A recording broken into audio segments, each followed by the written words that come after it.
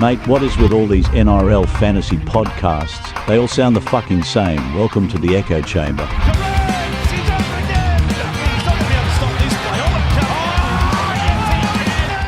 Good evening and welcome to the Echo Chamber podcast. I'm one of your hosts this evening. My name's Bryce. We're going to be going through our buy, hold, sell, swap, trade, TLT news tonight. And joining me is Jay-Z. How you doing, mate? Yeah, not too bad, mate. Had a bit of a shocker this week in fantasy. Had Damien Cook and Tamale letting the boys down, and unfortunately Captain Cleary over May, but otherwise pretty good. I think a lot of us actually made the mistake of captaining. It wasn't a mistake. It was 12, 13 points at the end of the day. But yeah, we all expected him to go big, and he just didn't get there. Our other host for this evening is Rudley. How'd you go, mate? Yeah, not great either. Tamale and also played Lawson and played Cook. Just did a big amount of damage to my week. Yeah, not a great time. Yeah, I copped the number one for Tamale. Had the C on Cleary. Other than that, it was just a meh week for me. No big scores. I didn't get the Fletcher score, so Fletcher sharp. So yeah, just 977 for me. Lost around 1,000 ranks. So yeah, it was a bit rough. Trade wise, how many are you looking at doing this week, Ridley? Either 1 or 0. 1 or 0. You're pretty set for the round. I've got 13 to play this week. I just don't like the idea of playing LKT. But then again, he's versing my team, the Sharks, who apparently love conceding 40 points at the moment. So maybe LKT will go for a Hattie. Yeah, mate. Probably not a bad shout. I'm probably going to do 2, maybe 3 trades, depending on what I need to do. I need a cash down this week. And they look like Rare's hen's teeth. So finding a decent cash cow this week is going to be my mission. I'm looking to try to bring Preston in. We'll talk about him pretty soon. And probably a guy high on a fair few people's use list from the Rabbitohs. So what are you doing, Jay-Z? Honestly, there's a lot of options on the table for me, so I need at least 2 players, but I'm also toying with the idea of trading out Cleary to kind of maximize points over the next few weeks and then getting him back in round 19, I believe. But I think it kind of depends on what happens with the early games. So yep. Lawson, if he scores well, I'm unlikely to trade in like a wing fullback or something. But if he scores poorly, then I mean, all the cards are on the table, and I think I might just trade Cleary out and go for as many guns as I can. Just really, really go big for the points over the next few weeks. How's your rank looking, mate?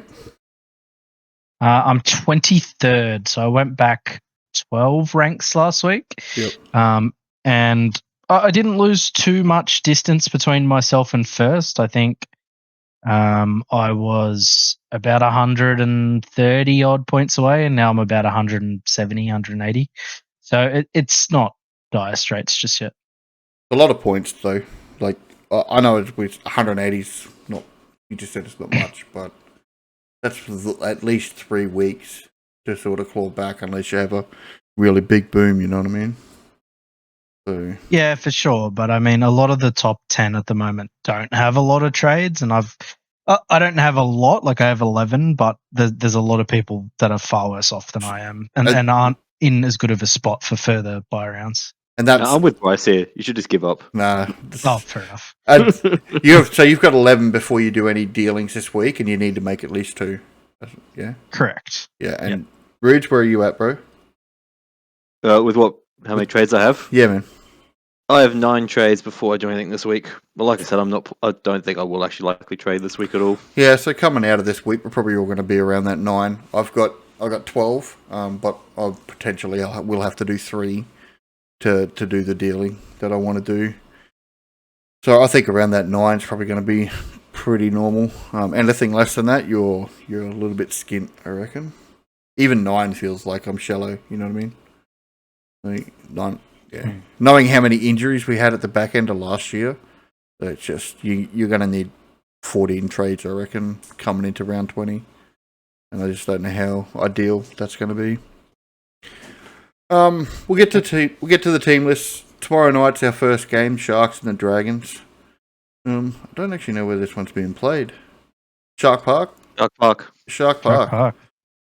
So your boys, Rudley, got a bit of a touch up. You reckon they're in for a tough night? No, they'll win this game because this game is against a team that's lower down the ladder and doesn't actually mean anything. The Sharks should only really struggle against teams that where they actually try. And I don't think the team of this quality, whilst I do think that the Dragons are improving, are going to threaten the Sharks. But knowing the Sharks, they'll still find a way to fuck this up and lose. Yeah, 30-6 at halftime and be 30-28 or something. That's how I see this game going. Yeah. Bit of a shock with Ero being out for a few weeks now. What, 12 weeks or something?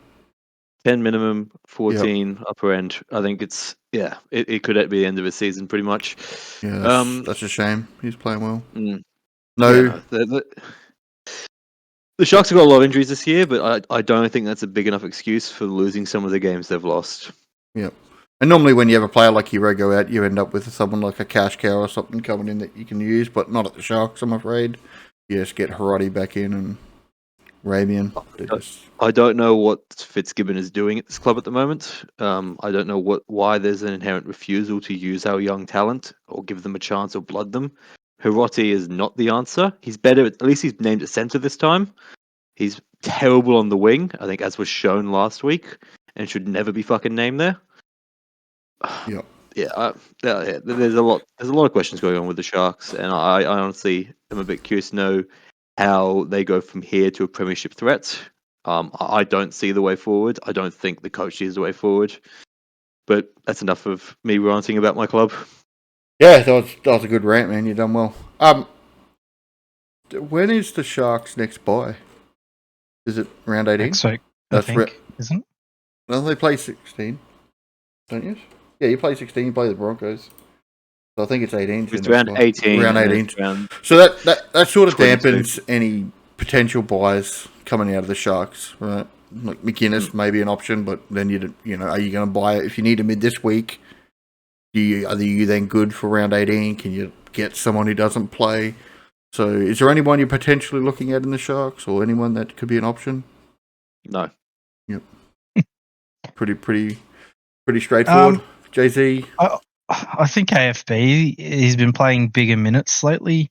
So whenever he gets the minutes, he's one of the best props in fantasy. And while his scores haven't been there the last few weeks, I think that's probably a bigger reflection on where Cronulla's at than it is him as a player. Like, he's probably been one of their best players all year.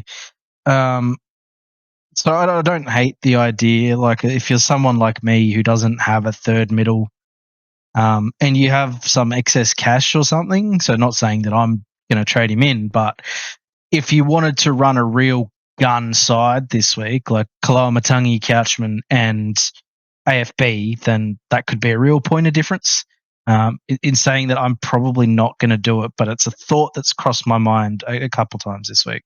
Yeah, and I think the same sort of goes for Cameron McInnes. Like, unless you really want to shore up and you want to make sure you get a 50, he's probably He's an uninspiring pick for me, Cam. I don't think he has the upside of an AFB. Like, you see some of his games, and look, when he gets the minutes, he's an absolute PPM machine. But he's had, like, the game against the Roosters, 51 minutes. He scored a try in that game and still only managed to 54. I think with your gun scorers, you want guys that when they're scoring tries, they're going like 70 plus, especially big minute middles, because the middle position this season is so dominant, I guess. So you really want to be looking at guys like your Isaiah Yo's and maybe even Tino post Origin. So I think going a subpar keeper like a McInnes or AFB is a small mistake, but not the end of the world. These guys are like Cam, for example. He needs 40 tackles to be able to hit that 50 plus mark, because that's his 100 meters, 40 odd tackles is what he needs to hit that. So yeah, it's rough out there for Sharkies mids as far as fantasy goes. I did look at Jesse. How do you say that? Coughlin? He's just Calhoun. Calhoun. There you go. He's just not going to get the minutes, in my opinion. So I know he's cheap right now, but I just don't think he's going to get the minutes in him. He probably needs 40. I just don't see where they come from in that team. Dragons. Cookie, still a buy, Jay-Z? I think so. I mean, in theory, nothing's really changed. I mean, it wasn't really spoken about when we talked about buying him, but the risk of him playing center, I guess, is always there. I would have liked to have seen them have a back on the bench or something, but obviously they're short on numbers in the outside backs as is. They've got a few injuries, and Val Holmes is out playing State of Origin this week, so. I don't want to see it happen again. And usually he's a somewhat better scorer, even when he gets moved out there. But yeah, basically worst case scenario for him last week, and that might actually put a few people off him. But the reasons why we bought him are still there. We're expecting him to play 70 plus minutes and maybe a role in the middle as well. But the bench is a bit uglier for him this week, for sure. Yeah, I agree completely. One of my thoughts was when I was throwing around doing something like you were doing with just bringing in a heap of guns and trading out Cleary was to do Reed money to Damien Cook. Just as a pure upgrade on Reed because I made that mistake in round 12, but probably going to talk myself out of it.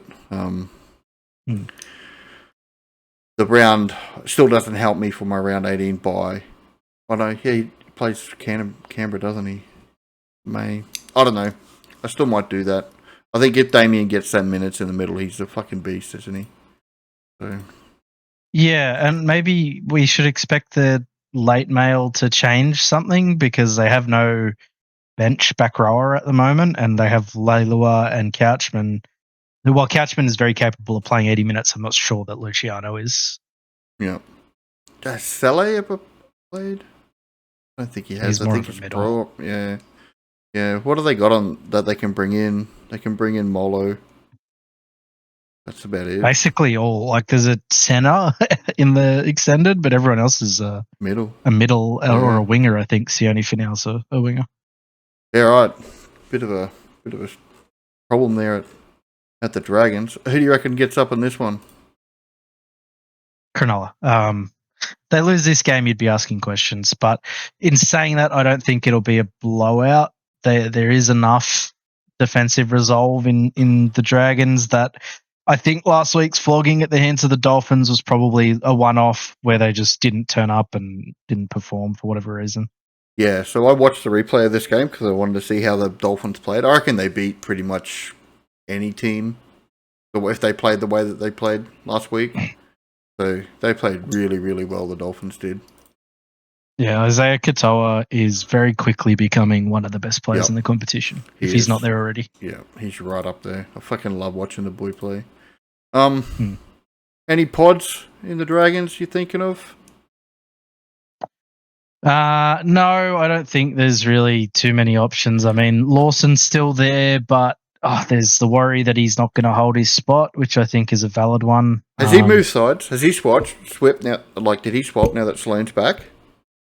I'm not 100% sure. I think he played on the right, which is Sloane's spot, but with Tuapolotu out for a few weeks, you'd expect him to hold his spot until he's back, but I just don't know how long he'll be out for. Yeah, and then the other sort of cash out I've seen talked about in this team is Pacific Tonga, but he's 300k. He's not a true cashy, but he's got his break even down with the back-to-back 40s. So I'm not going to talk anybody out of if they can afford a $300,000 cash out. I think that the problem with him is that because of Cook moving to the centers, he got extra minutes last week, and it seems that his role is 20 minutes when everyone is fully fit. So it's just not very inspiring. I think you can almost count on an injury in the Dragons team, though. Like, that just happens every fucking week. It's crazy. Poor fellas. I think that's about it for that game. I also think the Sharkies are going to get up and they'll scrape home there. I expect the Dragons to come back in the second half. Are you backing your boys, mate? Yeah, unfortunately. Yep. Yep. So. Yeah. Yep. Go, mate.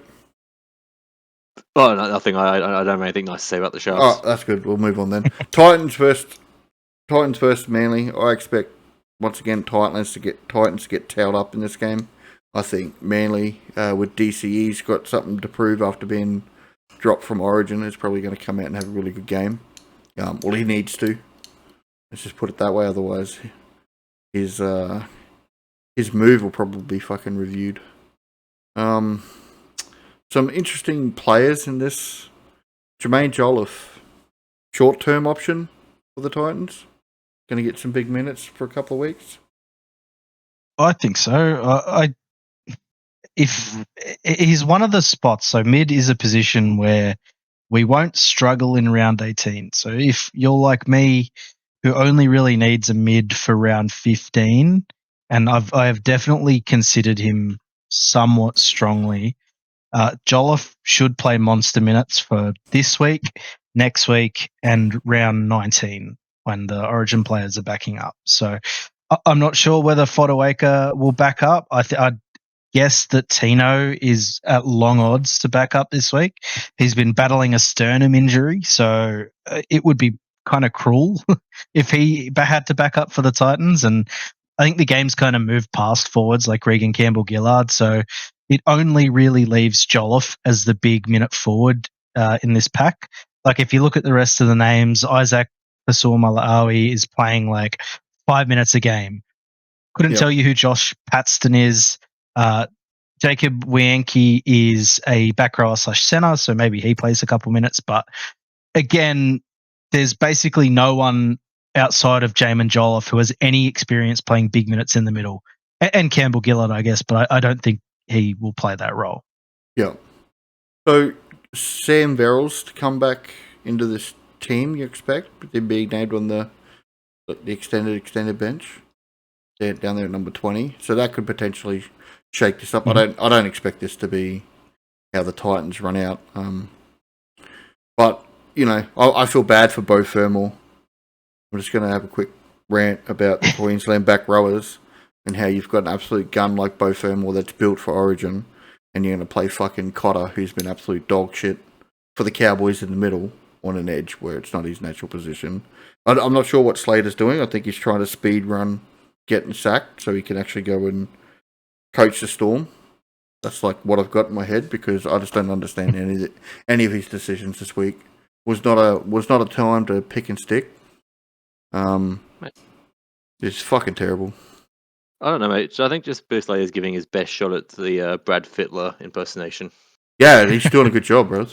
You're doing a fucking fantastic job. Yeah, I think the difference is like some of Fittler's picks were out there, sure, but you could maybe make a case for them. Ruben Cotter doesn't play back row. He's not a back rower. He's never played back row. Makes literally no sense that he is starting in. They benched their best player, Jeremiah Nanai. Like they're starting Capewell and Cotter in the back row this week. Like what is the Capewell's played center all season? Where is this coming from? And then they benched fucking our mate from the Broncos as well, fucking Carrigan. It's just, man. Yep. If it works, like he's gonna look like a mad genius, but man, I'm pretty certain it's not gonna work, and they're gonna get belted. I'm not even gonna watch the game at this point. Like, I'm just not gonna watch it. I just can't be bothered. Jaden Campbell, let's get back on track. Doesn't play round 18, and I think his duel, if he did, would be very important. So I think that sort of diminishes any buy value he has this week. Also coming off a lower score.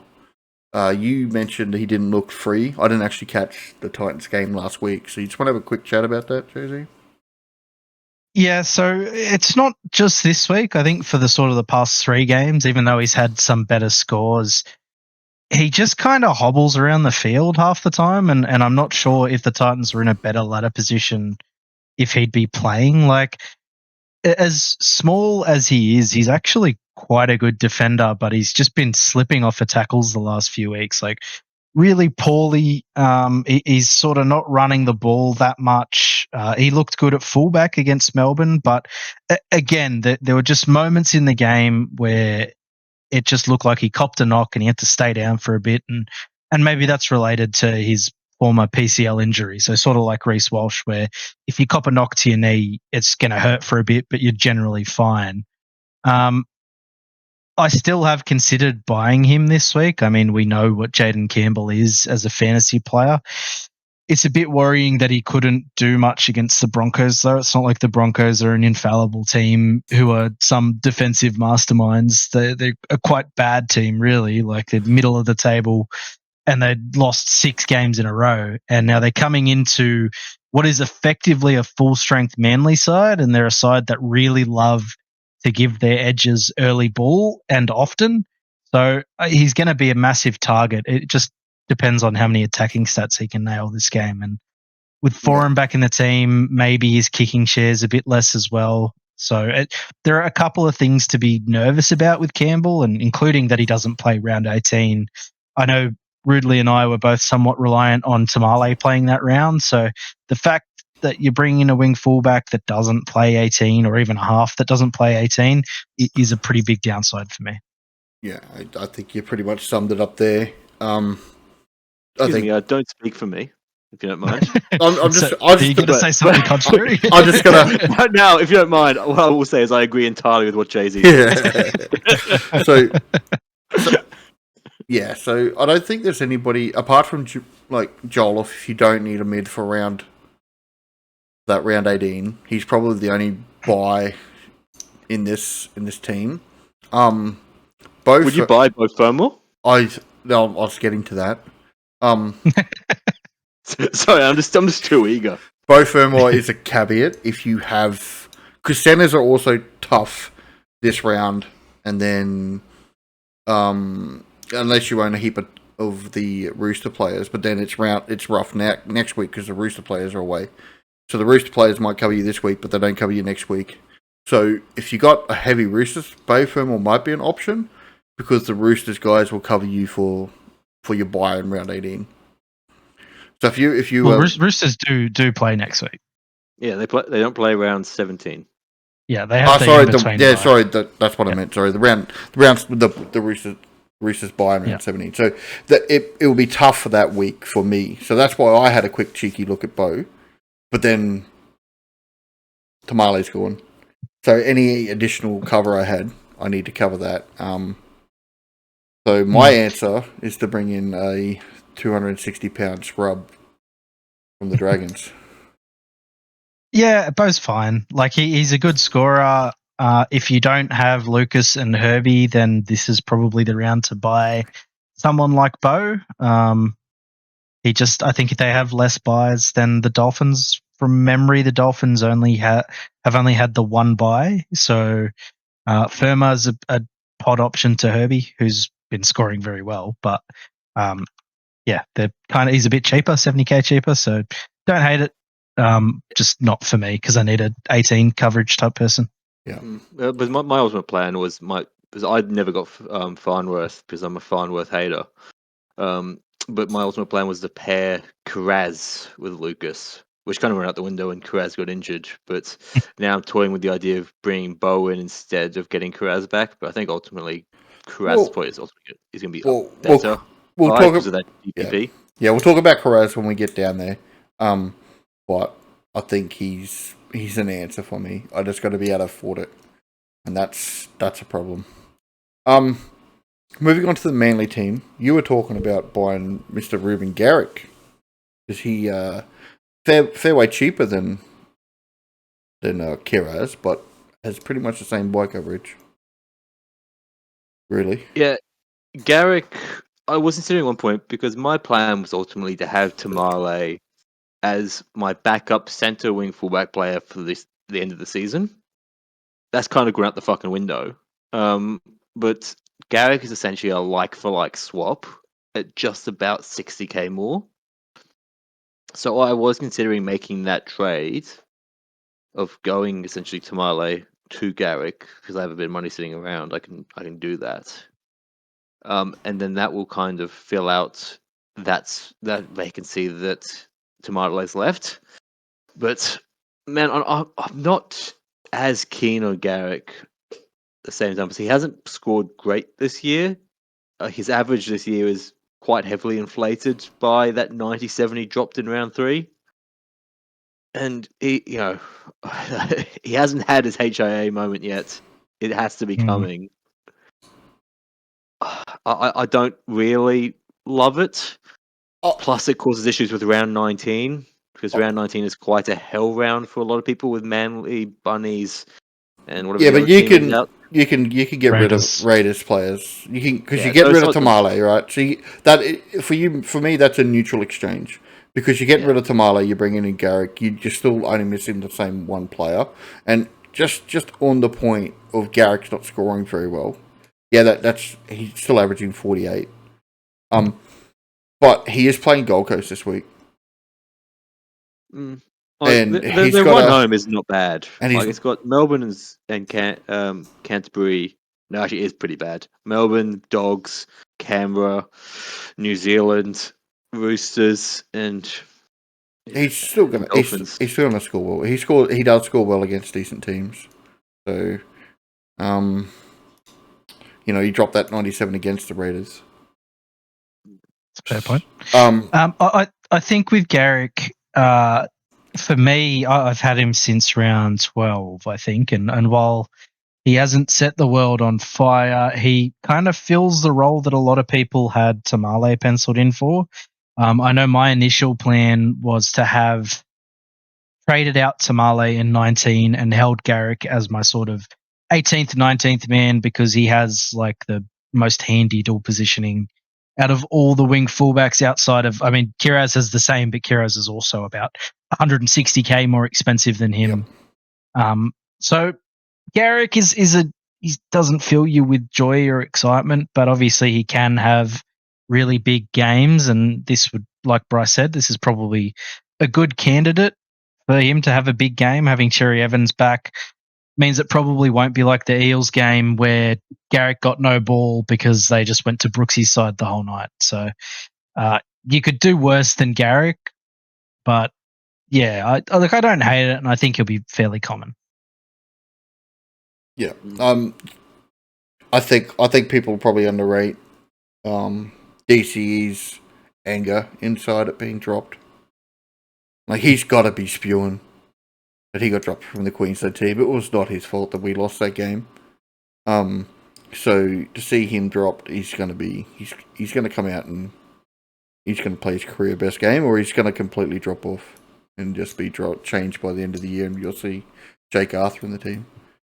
He had a really good game after Origin 1 against, I think it was Brisbane, where he came out and he was clearly the best player on the field. So I don't think Cherry Evans is washed or past it by any means. And so he's actually another somewhat interesting fantasy option. Like he's not quite the gun that he's been for the past few years, but he still has big scores in him. He's just maybe a 31 week and 70 the next guy, but really good buy coverage. Like if you're like me and you don't have a half for 15 and 18, then he's someone to be considered. Yeah, still averaging 50 this year. Kick meters, huge, right? 450 odd kick meters a game, so his base is there just in kick meters and tackles. Yeah, I really like Daly. If you were someone that had Burton penciled in, someone you're bringing in, I think Daly's is not a bad pivot point. Yeah. I think you could do, especially with the team he's plays in the next 3 weeks, Gold Coast, Titans, Rabbitohs, or next 4 weeks because they got to buy. But yeah. Well, do they play next week? I think they do. No, they got to buy next week. No, they don't. Gosh, I'm well off the pace with who has a buy next week. Yeah, so no DCE next week, but I think he's still a buy. Break even's a little high, 62, but he could definitely smash that against the shitty Titans. Yeah, I just think if you have like a Fletcher Sharp and a Campbell or something, you're better off passing on Cherry Evans and then picking up Jerome Hughes next week. And so I've got Isaiah Katoa, so that's probably what I'm going to do. I've got Sav and Katoa. Just pass on DCE.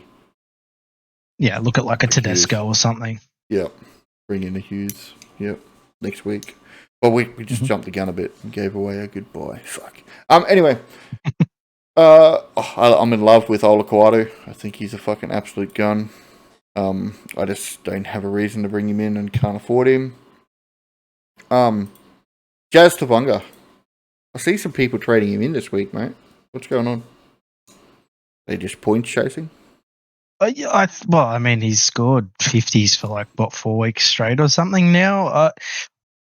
I don't really see why it wouldn't continue. His PPM's gotten way better since he's been exclusively a middle. And he's a big offloader, works hard.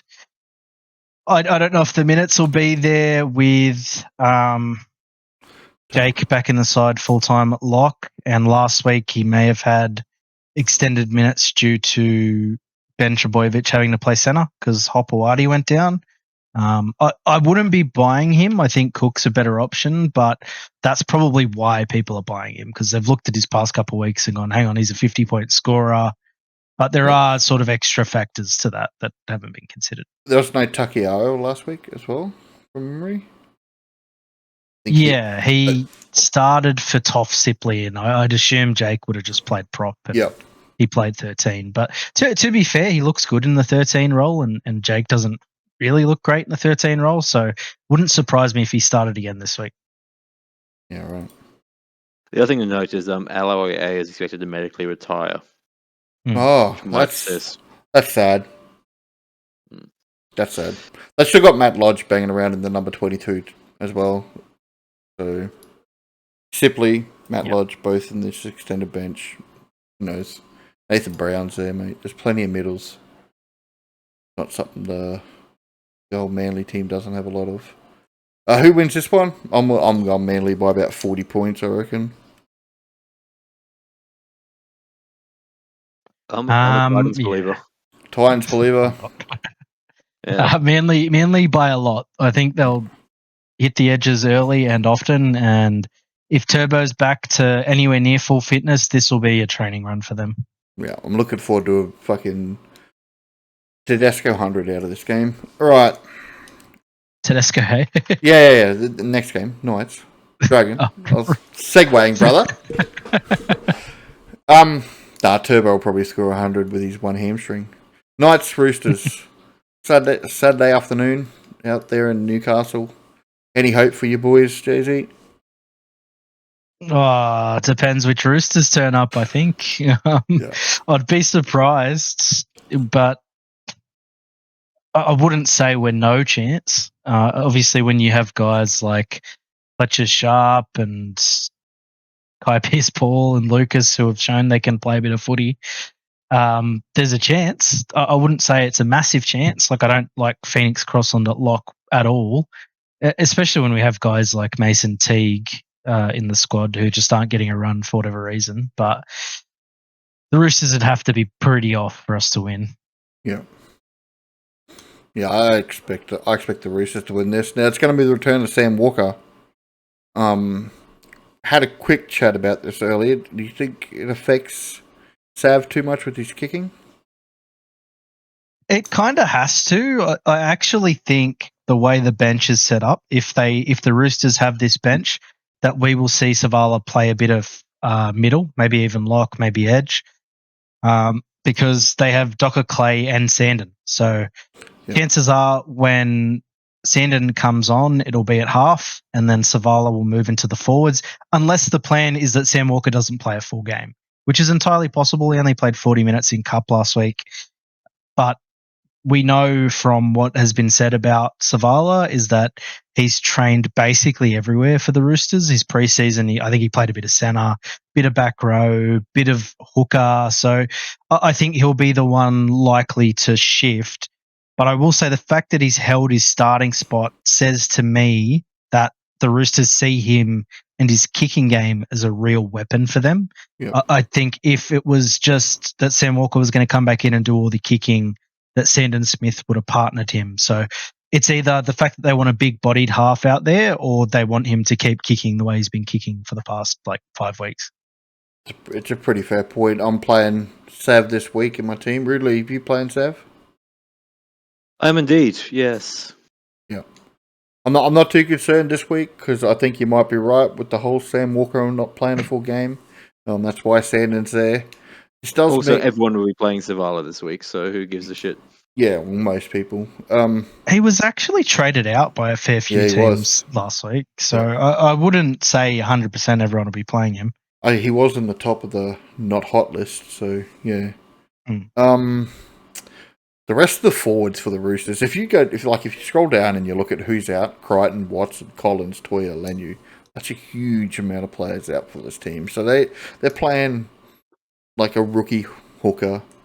They got a rookie prop. Like Sewer's only a young fella on the edge. Egan Butcher's only young. He hasn't played that much. One person I am interested in is Nat Butcher, coming back from injury. When he gets the minutes, the guy's a beast. You watching him, Jay-Z? No, he's just not quite a top level gun, and he's coming back from injury in this game, so I don't think the minutes will be there. He could very well be a good option for round 15 and 18, but I think a lot of people are covered already for forwards in 18, and you'd rather be looking at guys like Jacob Preston or basically just stronger edges to play that round than someone like Butcher. You are right, though. When he gets big minutes, he's a very good scorer. If he was back in the side before the start of Origin, I'd be far more keen, but I think the ship's kind of sailed on his relevance this season. Yeah. So, Rudely, have you got anybody that you're looking at bringing in out of this game, mate? Not even a little bit. The only thing I noticed is that I'm keen to see my boy Victor Radley try and limp his way through another game without getting a HIA. So, Yeah, bro. are we confident Victor plays 80 in this game with 2? I think he has to. Bench utility. I think he has to, man.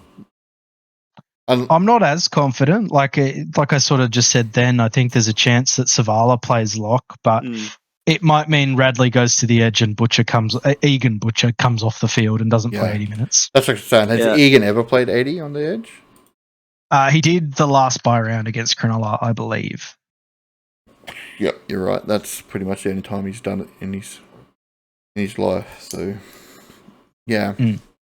Are you... interesting. They also got Katoa, so that there is a chance that that's not actually how they run out. They run out Sunday night. There's a good chance that Lasalu comes in because he's played a few games for them this season and been quite strong. Yeah, they got some I think Bar also played the last bye round for them and scored a try, but he only played about 5-10 minutes. So it wouldn't surprise me if they line up differently. It's a weird looking bench, especially, but the Roosters have gotten a lot out of their sort of younger guys, like the Fikettis and Blake Steeps of the world, where I don't think losing all those forwards to Origin is that big of a deal for them. Yeah, because they still got some explosive outside backs: Tedesco, Tupou, Smith, Nawa, Young. Still really good outside backs. So yeah, I'm looking forward to the return of Sam Walker. Hope he goes really well. The night side, you got to be happy. KPP, Dylan Lucas, if you own him, got to be happy. Brody Jones aimed at lock, prop again. Fucking hell, bro. You got to be getting some players back soon, don't you? I think not Tyrone Thompson, his brother Leo Thompson's still 3 games away. I think Adam Elliott's out for the season. Saifidi might be back soon, but I think that's about it. Like we're so many players short, especially in the forwards. Like our outside backs look okay. Bradman Best should be back after the bye relatively soon, I'd think. But yeah, it's a side with a lot of players out, and it's a side that's struggling in the first place. So I don't like the idea of this game not owning James Tedesco. So I'll say the best buy in this game, if you don't own him, is Teddy. Yeah, Teddy's going to go well, I think, in this game. He will be another one that's salty about not being over in Perth right now. So I think 100% believe that if you don't own Teddy now, you should be buying him. He's the main solution to what's going to be a really shit show in round 18 for wing fullback. Yeah. Plus, he's just a keeper fullback. So if you haven't got Teddy yet, my question would be, what the fuck are you doing? And 2 is go get him. Yeah, I think he's. Yeah, I don't think he's been urgent until this point, and seeing how dire wing fullback and centre is in round 18, he's just almost a must-have. Yeah. I think that's about it for this game. Any pods you're looking at? Anyone sneaky? Dane Gagai? Yeah, Gago is an interesting option, but again, he doesn't play 18. I think most of the Knights guys, if you didn't own them already, it's probably too late. I mean, Kai Pearce-Paul seems to have upped his scoring to be like top keeper level on the edge, but I think everyone's final team should have like Couchman and Kloamatangi as your starting edges. So maybe if he's a third edge and you don't have him already, that's someone you can consider. But I'd probably look towards Jacob Preston instead. Yeah, I mean, at that 720, that's what I was about to say. I'd probably look at Presto. Yeah, I really like Preston. But you want to just apologise, really, to all the nasty and mean things you said about KPP on the podcast over the last couple of weeks, mate? No, I'm actually going to double down. Obviously, he's using that as motivation to get out and perform. So, KPP, if you're listening, which I assume you are, actually a little bit disappointed with your performance last week. Really think you can step up and stop being such a lazy fuck. Yeah, right. 100% a good way to motivate a playmate. You got fucking pure poetry comes out of your mouth. Moving on to the Saturday night game. Cowboys, Dolphins, Queensland 4X Derby. We're back into them. I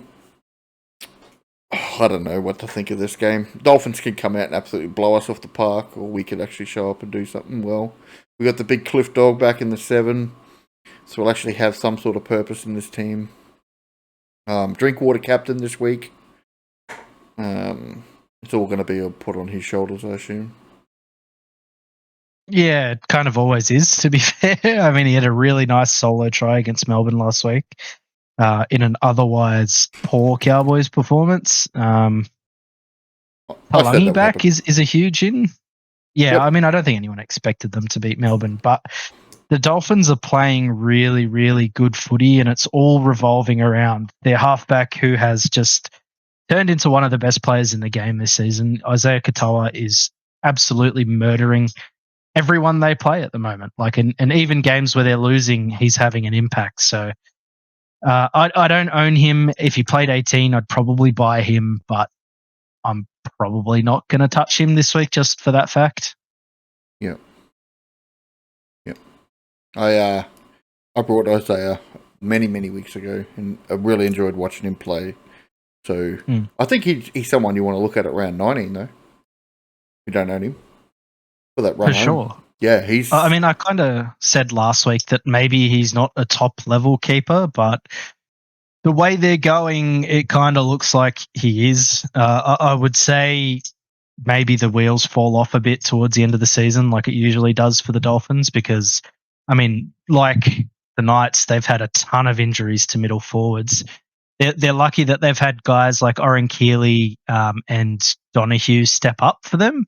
Yeah. But, no Gilbert, no Saifidi, and no Plath for the rest of the season is going to take its toll eventually. And no Flegler. We got to remember Flegler's still, Flegler, still sitting there on their salary cap. It's crazy the amount of middles that they've got. So Josh Kerr, Mark Nicholas, Ray Stone. I bet you they didn't think about they were having this massive role that they've got this year. So no, they were definitely thinking they'll play spending some retirement reserve grade. But here we are. I think the Dolphins win this game. I think we're going to go through a slump now.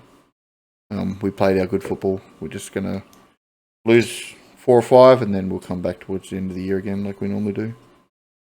So I'm going to go with the Dolphins. As much as Dearden is the leader in this Cowboys side, as much as Drinkwater scores all the Cowboys points, Dearden is the heart and soul of this team, and them without him, I see them struggling in this game. Yeah, and number 9, Carl Lawton, just doesn't fill me with any type of hope. I don't hate him, but obviously Reece Robson is one of the best players in the team. So massive out. Yeah, I'm actually on the cows for this game. Not, mate, we got Sam McIntyre and Kai O'Donnell on the edge, bro. Stop it. Just stop it. I don't think O'Donnell's that bad. Have been overperforming, and I'm just not inspired by their team at the moment with regards to their injuries now. I think, as Jay-Z said, it's going to take a toll, but I think it's going to be rather sooner than later. Plus, I think Clifford I in don't is actually agree. I think Clifford in is a big in for the Cowboys, I think he'll as give that's us really what they were direction. lacking. I Yeah, which think. is what they were lacking last week. I don't think we're going to get I smashed. I just think we'll get beaten because we don't have enough firepower on the field, I, man. I think Cowboys will win this. I don't think they're going to win it convincingly, but I think they'll win this game. Mate, Herbie Farmworth is going to score 2 tries by himself, and that's going to be enough. Like, this is going to No, be like a 14 to 18 game or something. no, I hate Herbie Farmworth and refuse to acknowledge his existence. So, I kind of think the Dolphins are going to flog his. Yeah, I mean, I'm best case, right, for the Cowboys. So Yeah, I mean, they've come off, admittedly, an understrength Bulldogs, but they absolutely smashed them, and then they smashed a virtually full strength Dragons. With as much as they have a few middles out. They've got the hot hand at the moment, and like I said, guys like Donahue and Oren Keeley are proving that they are first grade quality players, and they haven't done like he's like a Max Plath from Timu, but Donahue's not that bad of a player. Yeah, he's doing okay. He's doing really well. And who knew Oren Keeley was going to be a fucking edge? Like, well, And Marshall King's back as well. Like it's a big in for them. Yeah.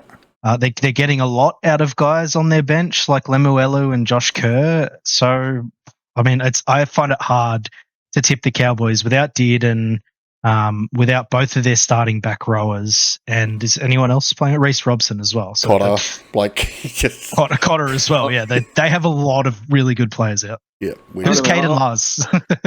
I'm personally inspired by Sam McIntyre on an edge. Just shut up.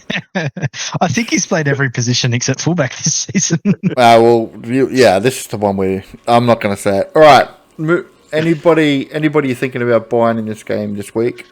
No? No. How much is Sam McIntyre? Not enough. All right, moving on to Rabbitohs Bulldogs. This game is incredibly fantasy relevant over the next 5 weeks. These two teams. Huge buy if you don't already have Cole Patangi, Ewan Aiken, and now somebody that you're pretty high on, the Jay-Z tick of approval, Mr. Tallis Duncan.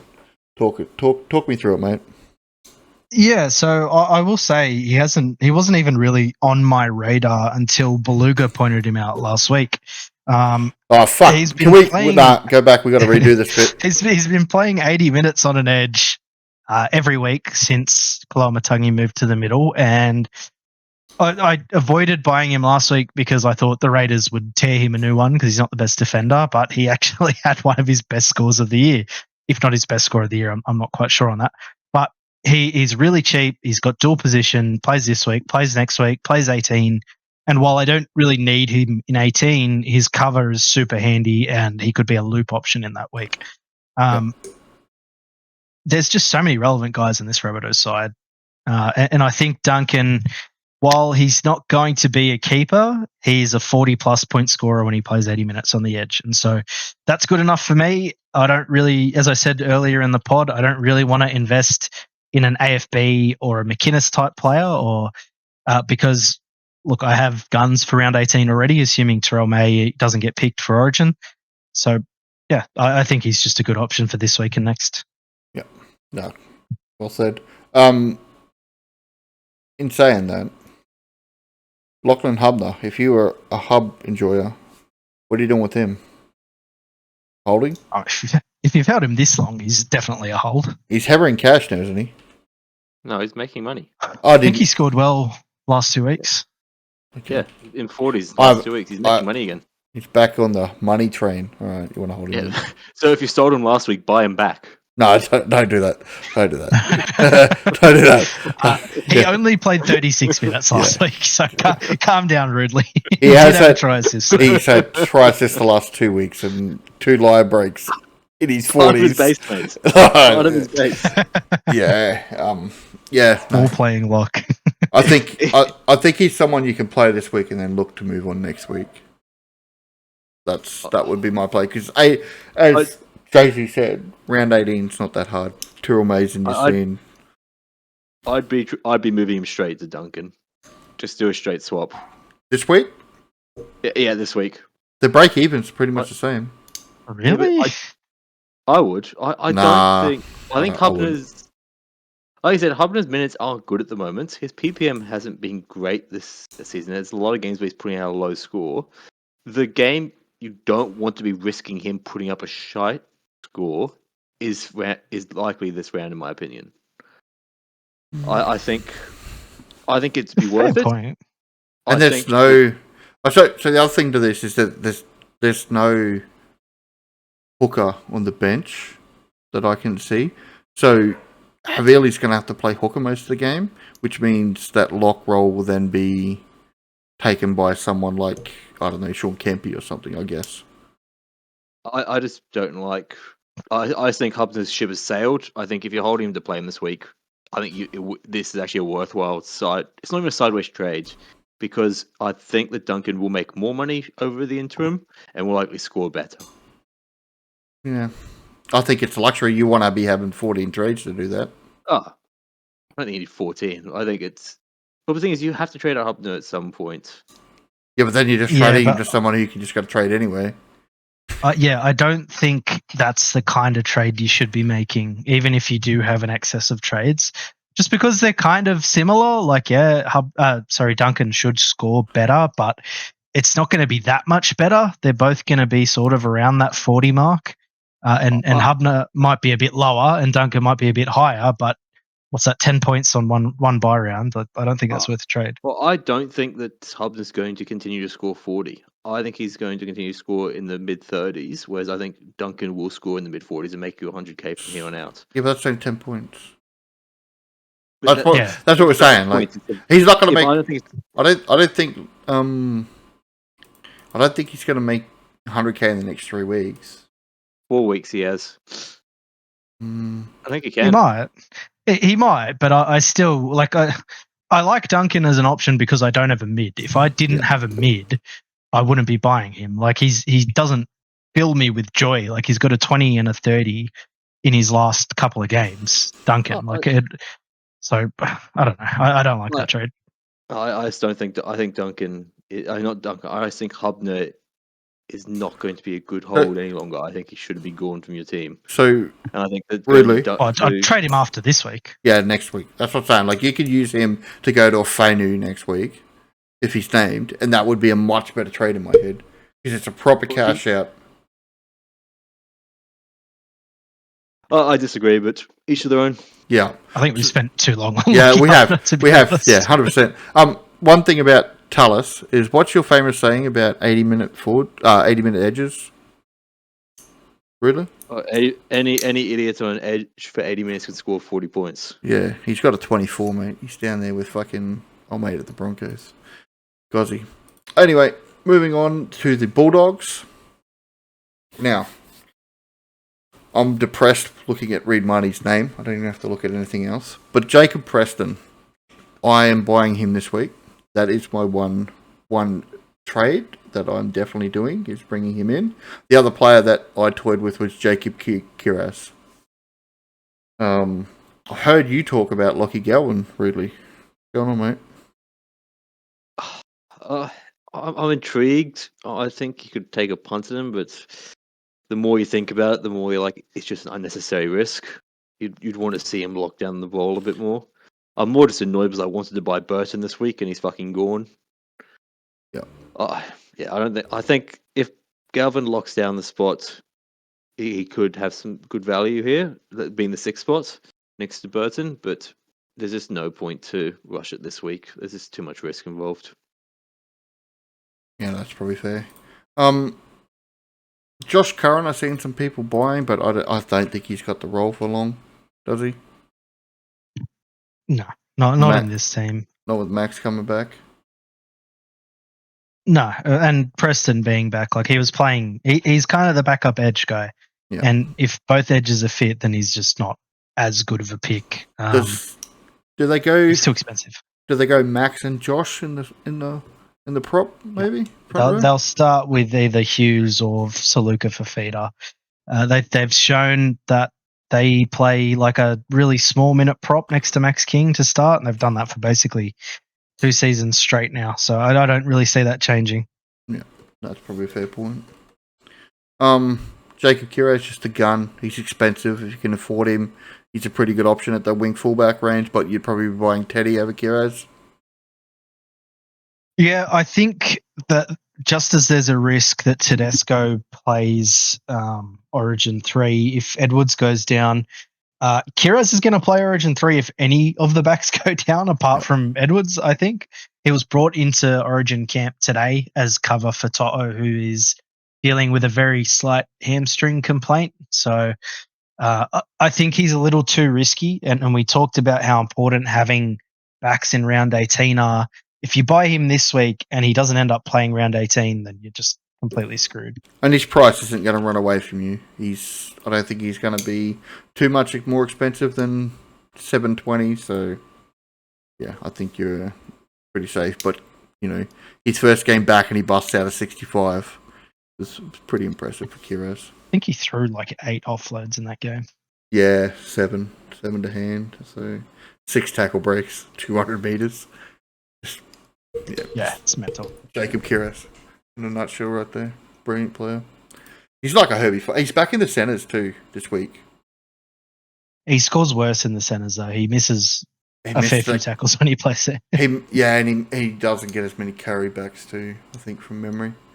But I think he's still a great option in the centre. It's good. So, a little bit of a tangent, but I like him playing in the centres because I don't own him. He might get cheaper, and then he'll get DPP next year as well. So keep him playing in the centres for a few weeks. Any pods in this game? Calvin, Lucky Calvin. Yeah, we had a chat about him, but we don't actually know what his role is going to be, right? It was on the bench last week. Is he going to go back to the bench next week? Can't actually see that happening, but maybe. Yeah, it's a punt. It's definitely a punt, but I think this is kind of perfect timing. If he comes out and has a good game and the Dogs win like I expect them to, and he's a big reason for it, well, then that makes it a lot easier for Serraldo to say, oh, but he's playing so well. Like, why would we drop him? Yeah. So it's if you need a half this week, though, right? If you're good for a half this week, you're just going to wait for Hughes next week. Well, I mean, round 18 as well. Yeah, but Hughes plays 18. Yeah, fair. But, I mean, if you buy Galvin, you're not going to buy Hughes as well, I'd argue. Yeah, but that's what I'm saying. Like, you need one for this round 15. Yeah. Because he's got to buy next week. So, like, you're not even going to know what the team's going to be like until round 17 when he plays Penrith. So, I think there's huge risk on Lockie Galvin. You just don't know what's going to happen. Yeah. But he's also got a 68 break even. So, I mean, he might be one of those guys that become like a pseudo cash cow come round 18, where he's dropped so much in price that now if he can get anywhere near 700k like he was when he started the season, you're getting him 200k discount and he becomes like an 18th man. Yep. Good. Man to watch. And that is it for our weekend. Then we move into the Queensland getting thrashed by 80 points over in fucking Perth. Queensland running out of tissues. We didn't really talk about who's going to win this game. Rabbitohs, Bulldogs? Close game? I'm tipping the Dogs, but in saying that, the Bunnies could easily win it. Kind of like the last time the Dogs played the major bye round where they got touched up by the Dolphins. Souths have enough talent that they could win this game. I don't think it'll be a touch up if they do, but they're a good enough side. So tipping the Dogs, but I think Souths are a red hot chance. Bridge? I'm tipping the Bunnies just because I'm a Dogs hater. Yep, no love for the Doggos. Logic. Until Blake Taft's named in the team, then are you going to tip the Dogs? Oh yeah, then I'll buy Taff. Yeah, right. All right. Thanks for listening. Podcast tonight. Good luck this week in the bye round. Hopefully everybody gets through uninjured. Hopefully you don't get a Reed Marnie situation like I did, because it's just depressing and shit. Any last words? I mean, these are the kind of rounds where you need to like make your moves. So I would be trying to play as good of a side as you can. Obviously, you get kind of a free look at guys like Lawson early in the week, but if he doesn't go at least 30 plus, I'd be looking at bringing someone in to score actually well. Yep. Really? VC Lawson, give him some juice. Give him the VC juice. Right. You should just put the captain on him, dude, and just go the whole hog for us. I'm too busy So- captaining Tamale last week. One other piece of sage wisdom: don't listen to Ridley. All right. Thanks for listening. Talk to you next week. Peace.